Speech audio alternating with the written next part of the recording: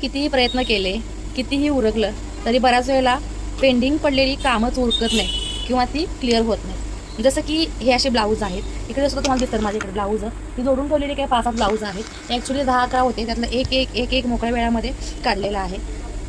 येतात बरेच दिवस झाले ब्लाऊज, पण बऱ्याच ऑर्डर आपल्याकडे पेंडिंग असतात.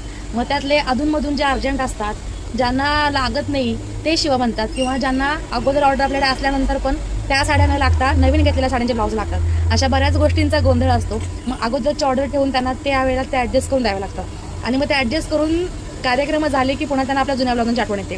तोपर्यंत आपल्याला सुद्धा दुसरे ऑर्डर आलेले असतात. तर त्यांनी सांगितलं असतं की हे ब्लाऊज आम्हाला आता लागत नाहीत, निवांत शिवा. पण तो निवांतपणा काही कधी येत नाही आम्हाला.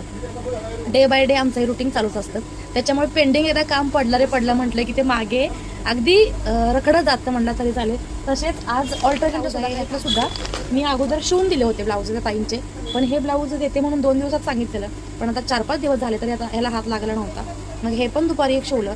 त्यानंतर हुकलूकसाठी बॅगेत घालून ठेवलं, पण हुकलूकवाल्या मॅडम म्हणते आमच्या अवेलेबल, त्याच्यामुळे पुन्हा ती बॅग रिटर्न घेऊन आली. आणि त्यानंतर ब्लाऊज बाजूला ठेवली आणि काही ड्रेसेस शिवले. अस्तरचे 3 टॉप होते, ते कंप्लीट केले. ते कंप्लीट करून जस्ट ठेवते तोपर्यंत कॉल आला ऑल्ट्रेशनवाल्या एका मॅडमचा. त्यांनी पण 2-3 दिवस ड्रेस दिलेत ऑल्ट्रेशनला. आणि ऑल्ट्रेशन आणि हे कटिंग स्टिचिंग एकत्र मला म्हटलं की फार लोड होतो. एखादा कारागीर माझ्याकडे असेल तर मग त्या कारागीरला मी सांगत असते की बाई तू हे कर, मी हे करते. पण ऐन वेळेला एक दिवस सुट्टी मागून 2-2 दिवस 4-4 दिवस कारागीर मात्र आमचे गायब असतात. अशा वेळेला मला सुद्धा पंचायत होते कामाची, कारण कामं जी पेंडिंग आहे ती मग एकटीचा हात कितपत लागतो त्याच्यावर डिपेंड असतात की ते होणं किंवा नाही होणं. मग ते पुन्हा मागे पडत राहतात. आणि ऑल्ट्रेशनच्या मॅडमचा कॉल आल्यानंतर त्यांना म्हटलं ठीक आहे, तुम्हाला आज आता नाही म्हणता येत नाही म्हणून तुम्हाला ब्लाऊज शिवून ठेवते मी, घेऊन जावा. ब्लाऊज नाही, ऑल्ट्रेशनचे टॉप शिवले आणि त्यांना कॉल केला आहे तर त्या पोचल्या घरी. त्या म्हटल्या माझ्याकडे अचानक गेस्ट आले, त्याच्यामुळे आता काही मी येत नाही, मी उद्याच येईल टॉप न्यायला. म्हटलं ठीक आहे, झाले म्हटल्यानंतर केव्हाही तुमच्या वेळेनुसार तुम्ही येऊ शकता म्हटलं. आणि ते होते तोपर्यंत पुन्हा ऑल्ट्रेशनचं ज्यांचं झालं नव्हतं ना ते आला होता. मग आता त्यांना नाही म्हणालं, त्यांना उद्या देते म्हटलं. आता वाजलेले आहेत बघा 9. आज घड्याळ नाही हातामध्ये, कारण आज आमच्याकडे होते शेजाऱ्यांच्या मुलगीच्या बांगड्यांचा कार्यक्रम होता, लग्न झालेली होती त्याच्यामुळे.